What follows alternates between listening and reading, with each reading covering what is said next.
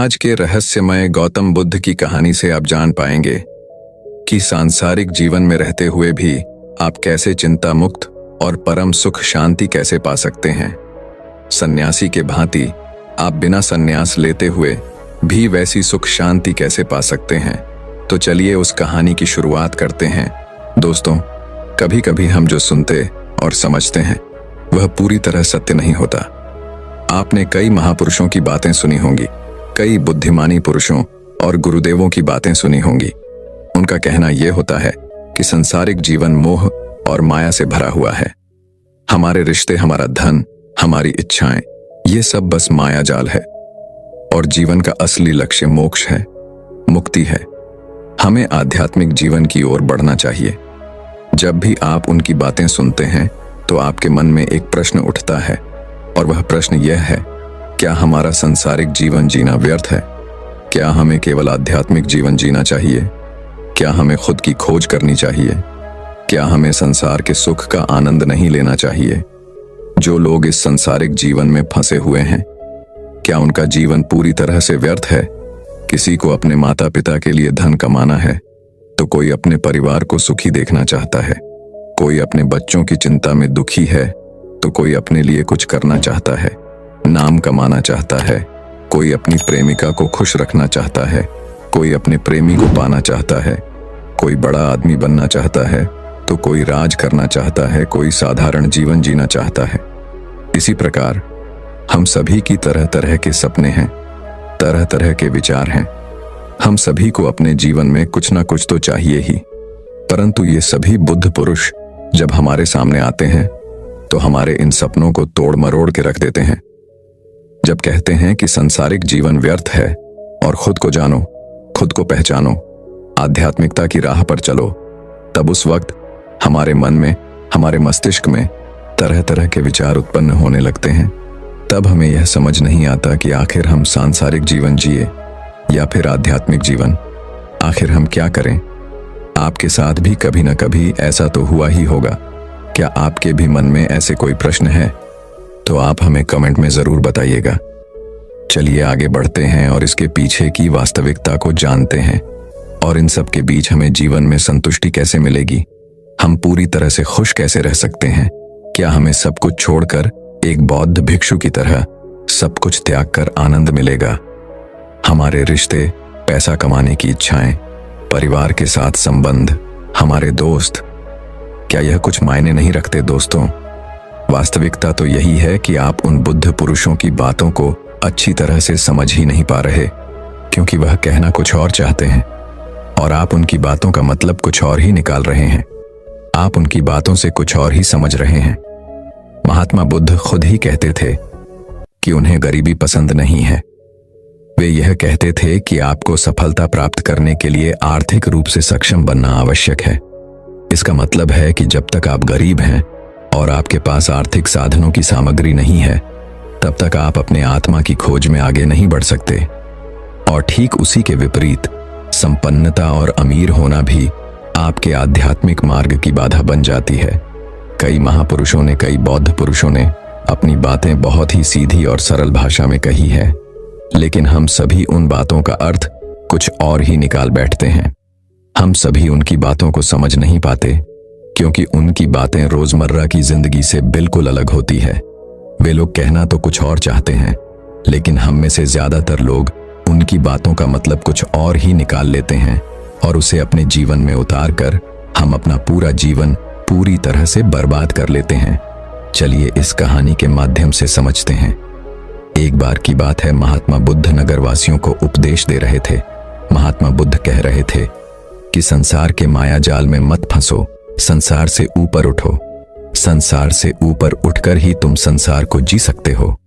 संसार में जो फंस गया, जिसने अपनी बुद्धि का इस्तेमाल नहीं किया, वह व्यक्ति जो समय पर अच्छे कर्म नहीं करता और बुरे कामों में जुट जाता है, वह आने वाले समय में बड़े दुखों का सामना कर सकता है, क्योंकि उसके बुरे कर्म ही उसके दुखों का कारण बनेंगे। इसलिए आप सभी इस संसार की मोह माया अर्थात इच्छा, लालच, क्रोध इत्यादि को ध्यानपूर्वक देखते हुए अपने कर्म करें। इतना कहकर महात्मा बुद्ध ने अपना उपदेश समाप्त किया और वहां से चले गए। महात्मा बुद्ध जब ये उपदेश दे रहे थे तो वहां पर उस नगर का सबसे धनी व्यक्ति वहीं पर मौजूद था और उस व्यक्ति पर महात्मा बुद्ध की बातों का बहुत गहरा असर पड़ा। उसका मन अब संसारी जीवन में नहीं लगता था। वह संसारी जीवन से हटने लगा था। अब उसे अपना सब कुछ किया हुआ व्यर्थ नजर आने लगा था। देखते ही देखते कुछ ही सालों में उसका सारा व्यापार चौपट होने लगा था। उस धनी व्यापारी के परिवार के सभी सदस्य उसे इस तरह से देखकर बहुत चिंतित रहने लगे थे और जब भी कोई उसे बात करने की कोशिश करता था तो वह धनी व्यापारी एक ही बात कहता, ये धन दौलत तो सब बेकार की चीजें हैं, ये सब तो मोह माया है, सब बेकार है। भला हम रिश्ते निभाकर क्या करेंगे? ये सब तो वासना है।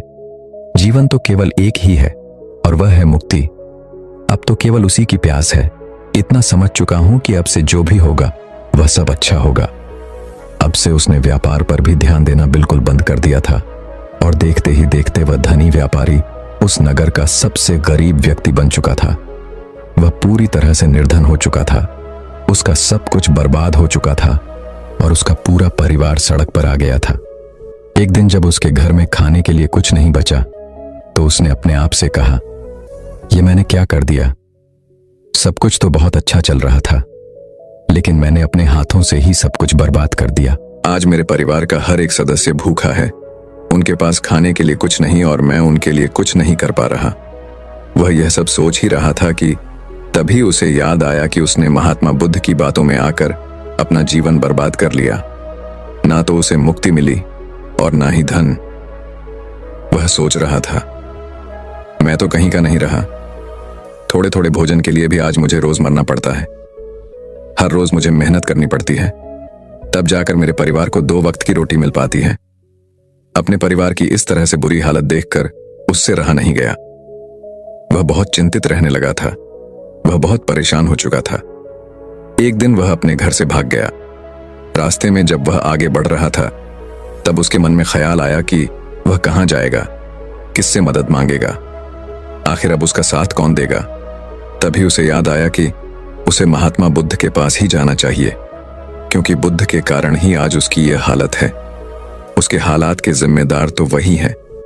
मैं तो सीधा सीधा अपने मार्ग पर जा रहा था, लगातार अपने व्यापार में उन्नति कर रहा था, लेकिन जब से मैंने उनकी बातें सुनी तब से मेरा मन विचलित हो गया। मुझे समझ नहीं आया कि मैं जो जीवन जी रहा हूं क्या वह सत्य है या फिर जो वह जीवन जी रहे वह सत्य है।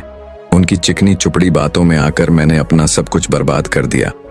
मेरे हालात के जिम्मेदार तो वही हैं, इसीलिए मुझे उनके पास ही जाना चाहिए। अपने मन में क्रोध लिए 2 दिनों की लंबी यात्रा करके महात्मा बुद्ध के पास पहुंचा और क्रोध में आकर महात्मा बुद्ध से कहता है, हे बुद्ध, आपको कोई ज्ञान नहीं, न ही आपने सत्य की प्राप्ति की है। आप तो केवल भोले भाले लोगों को हंसाना जानते हैं, अपनी चिकनी चुपड़ी बातों में उन्हें बहलाना जानते हैं। आप लोगों के सीधेपन का फायदा उठाकर अपनी प्रसिद्धि और अपनी प्रशंसा करवाते हैं।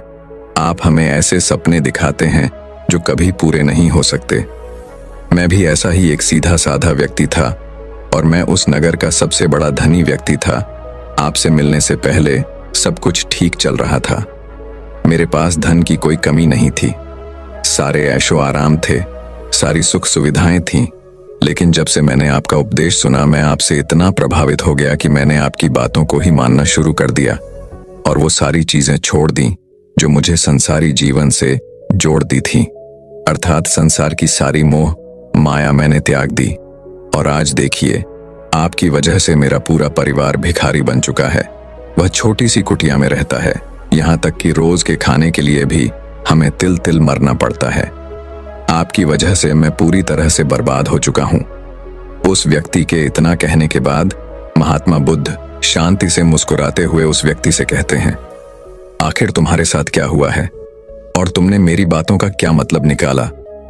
इस पर वह व्यक्ति महात्मा बुद्ध को सारी बातें बता देता है।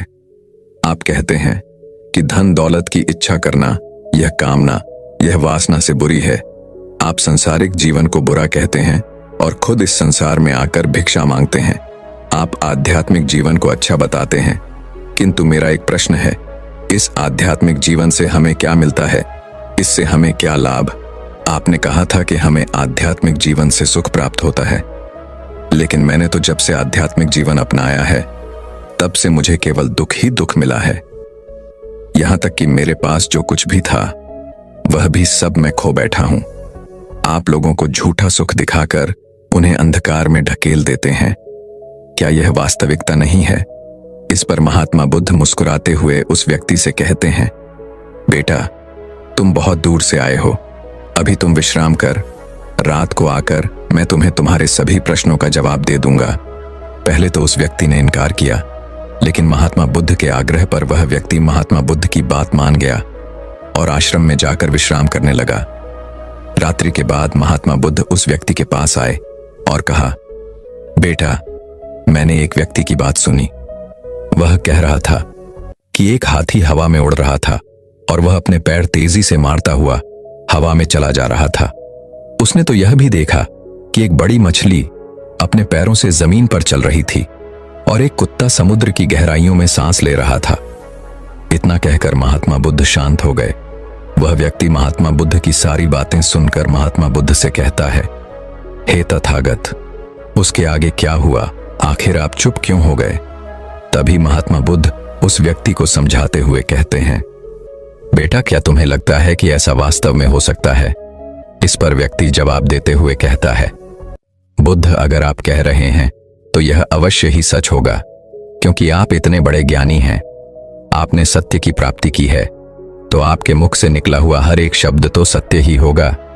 तभी महात्मा बुद्ध मुस्कुराते हुए उस व्यक्ति से कहते हैं, बेटा, क्या तुमने कभी पहले ऐसा कभी होते हुए देखा है?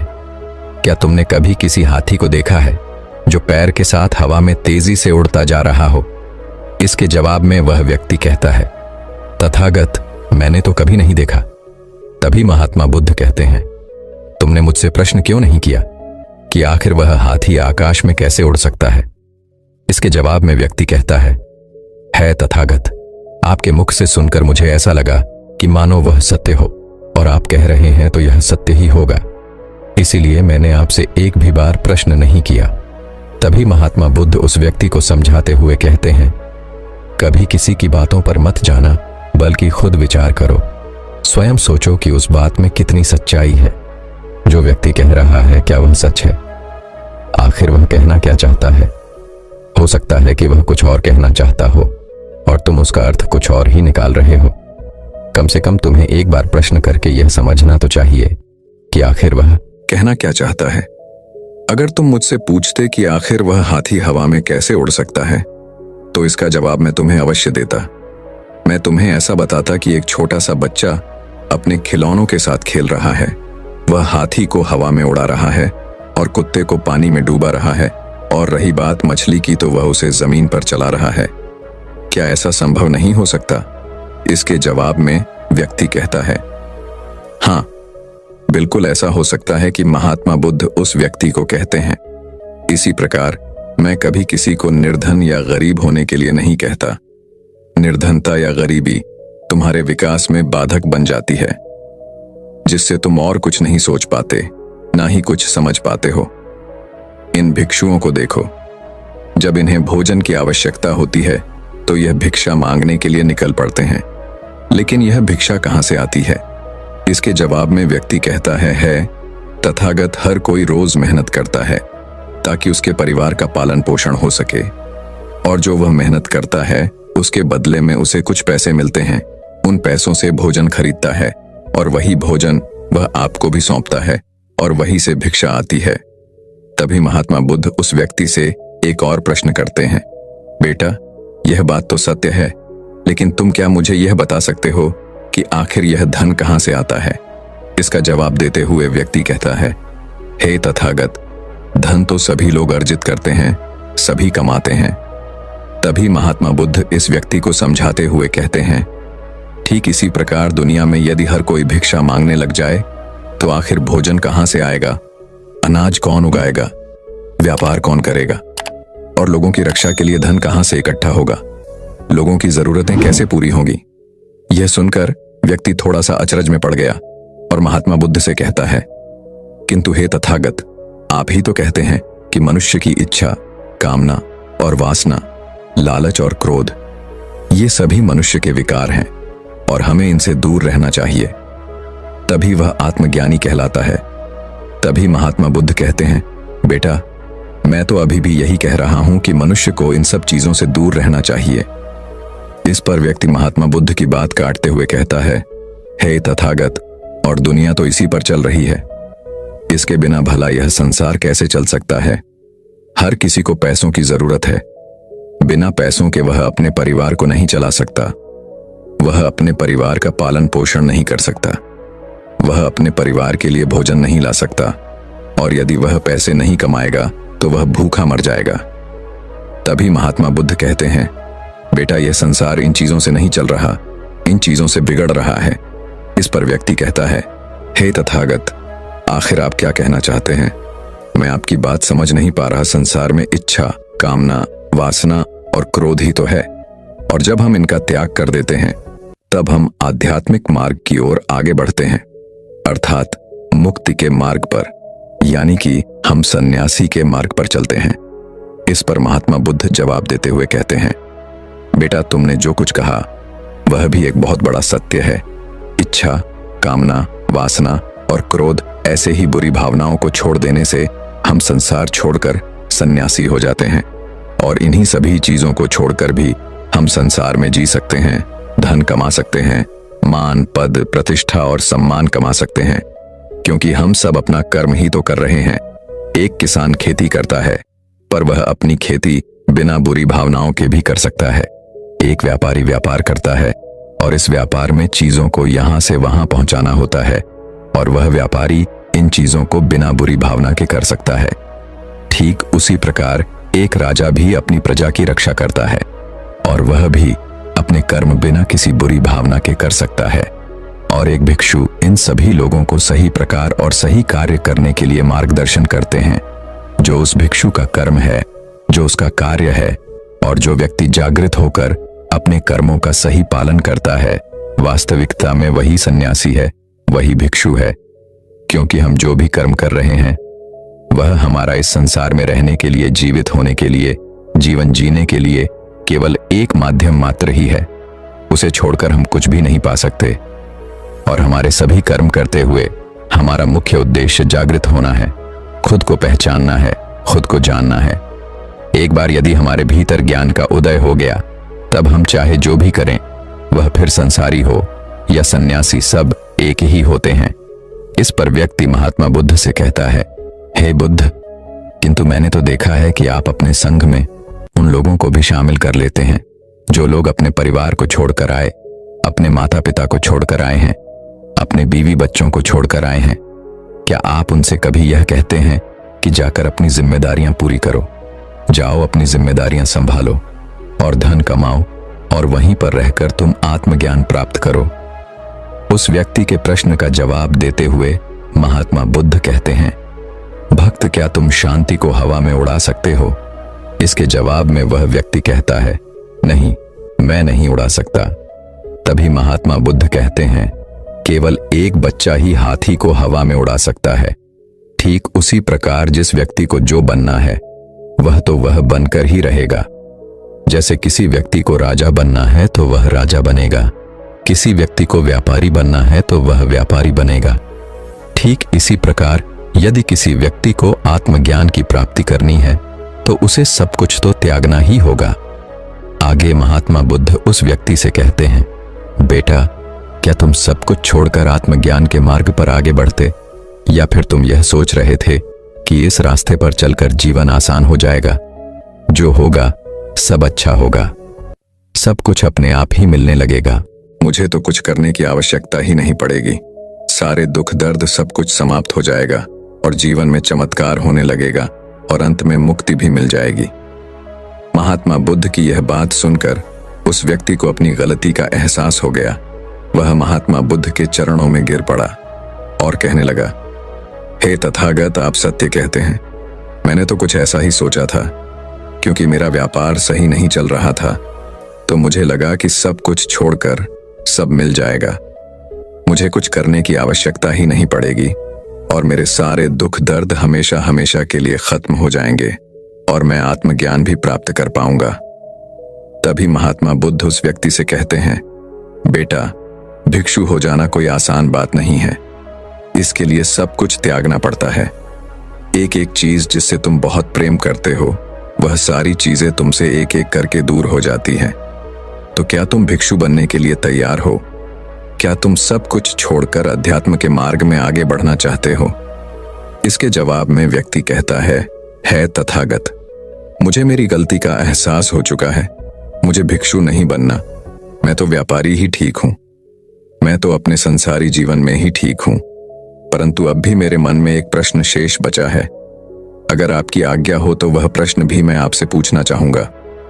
तभी महात्मा बुद्ध उसे आज्ञा देते हैं। इस पर व्यक्ति कहता है, हे तथागत, आप ही तो कहते हैं कि धन नहीं कमाना चाहिए। पद, प्रतिष्ठा, अहंकार हमें दुख की ओर ले जाते हैं और संसार में यही तो है। और क्या है? यदि हमें संसारी जीवन जीना है तो हमें यह सब तो करना ही पड़ेगा। तभी महात्मा बुद्ध मुस्कुराते हुए उस व्यक्ति से कहते हैं, क्या तुम्हें भूख लगी है? इस पर व्यक्ति कहता है, हाँ तथागत, मुझे बहुत भूख लगी है। तभी महात्मा बुद्ध उस व्यक्ति को भोजन करवाते हैं। उसे भरपेट भोजन खिलाने के बाद महात्मा बुद्ध उस व्यक्ति से कहते हैं, लो और खाओ, यह सब तुम्हारे लिए ही है। इसके जवाब में वह व्यक्ति कहता है, तथागत, मैं पहले ही बहुत ज्यादा खा चुका हूं। अब मुझसे और नहीं खाया जाएगा। मेरे पेट में अब थोड़ी भी जगह नहीं रह गई है। यदि मैंने और अधिक खाया तो मेरा पेट दर्द करने लग जाएगा और फिर मुझे तरह तरह की परेशानियां होने लगेंगी। मैं परेशान हो जाऊंगा। तभी महात्मा बुद्ध मुस्कुराते हुए उस व्यक्ति से कहते हैं, बेटा, मैं भी तो तुम्हें यही समझाने का प्रयास कर रहा हूं कि जितनी जरूरत है उतना ही खाओ, उतना ही धन कमा, जितने की तुम्हें आवश्यकता है। क्योंकि हर चीज जब हद से ज्यादा हो जाती है तो वह नुकसान जरूर पहुंचाती है। फिर वह चाहे धन हो, चाहे इच्छा, चाहे लालच, या फिर कामना या वासना, सब कुछ हद से ज्यादा आपको नुकसान ही पहुंचाएगा और यह सब आपको केवल दुख ही देंगे। इसलिए इन्हें नियंत्रण में रखना चाहिए। जितने की हमें आवश्यकता है उतना ही हमें चाहिए, और जब आप इसे नियंत्रण में रखते हैं तो यह कभी आपको दुख नहीं दे पाएगा। आप हमेशा सुखी रहोगे। आगे महात्मा बुद्ध उस व्यक्ति से कहते हैं, भंते, धन कमाना आवश्यक है, क्योंकि धन की कमी नहीं होनी चाहिए, भोजन की कमी नहीं होनी चाहिए, किसी भी कार्य को करने के लिए मन में इच्छा की कमी नहीं होनी चाहिए। लेकिन उसी के साथ में यह भी ध्यान रखना है कि इच्छा अत्यधिक भी नहीं होनी चाहिए। और मैं तुम्हें यही समझाने का प्रयास कर रहा हूं। मैं तुम्हें यही ज्ञान देने का प्रयास कर रहा हूं कि मध्य में रहो, ना कम ना ज्यादा। इसलिए जाओ और धन कमाओ, व्यापार करो। अपने कर्म से न केवल अपना बल्कि दूसरों का भला भी करो। जब तुम अपने किए के सांसारिक कार्यों से लोगों का भला करते हो, तब तुम में और किसी सन्यासी अर्थात किसी भिक्षु में कोई अंतर नहीं रह जाता। बस सभी के मार्ग अलग होते हैं, लेकिन मंजिल एक ही होती है और तुम कभी मार्ग से भटक ना जाओ। इसलिए ऐसे लोगों की संगत में रहना जो तुम्हें आत्मज्ञान के सीधे मार्ग पर ले चलें, जो सांसारिक जीवन से हटकर नए जीवन में प्रवेश करवाएं, क्योंकि वे लोग बुराइयों से लड़ने में तुम्हारी मदद करेंगे। तुम्हें ताकत मिलेगी और तुम लगातार बिना विचलित हुए आध्यात्मिक मार्ग पर लगातार आगे बढ़ते चले जाओगे। इतना कहकर महात्मा बुद्ध शांत हो गए। वह व्यक्ति महात्मा बुद्ध को प्रणाम करके कहता है, हे तथागत, आपकी शिक्षाएं तो बिल्कुल अलग हैं। आप जो कहते हैं उसके पीछे का अर्थ कुछ अलग ही होता है, बहुत सीधा और सरल, लेकिन हम उसे समझ नहीं पाते। आपके पास चमत्कार का आश्वासन नहीं है और आपके पास वह मार्ग है जिस मार्ग पर चलकर मैं अवश्य ही अध्यात्म को प्राप्त कर सकता हूं, जिससे मेरा और लोगों का सभी का भला होगा। हे तथागत, यह मेरी ही गलती थी कि मैंने आपकी बातों का गलत मतलब निकाला और एक व्यापारी होकर भी मैंने अपने कर्म को छोड़ दिया और यह सोचने लगा कि अब अपने आप ही सब कुछ होगा, सब कुछ अच्छा ही होगा। लेकिन यह सत्य है कि अपने आप कुछ नहीं होता। जब हम हाथ पैर चलाएंगे, काम करेंगे, कर्म करेंगे, तभी हमें फल मिलेगा। जब हम हाथ पैर मारना छोड़ देते हैं तो नदी का बहाव हमें अपने साथ बहा कर ले चला जाता है और तब हमारे हाथों में कुछ नहीं रह जाता। और यही मेरे साथ भी हुआ है। हे तथागत, आज से मैं आपको वचन देता हूं कि मैं अपना कर्म पूरी ईमानदारी के साथ करूंगा। आपके दिए हुए मार्ग पर मैं पूरी ईमानदारी से चलूंगा। मैं आपको वचन देता हूं कि मैं एक अच्छा व्यापारी और एक अच्छा इंसान बनकर रहूंगा। मैं आत्मज्ञान के मार्ग पर अपने कर्म करते हुए आगे बढ़ता रहूंगा। इतना कहकर वह व्यक्ति महात्मा बुद्ध को प्रणाम करके वहां से लौट गया।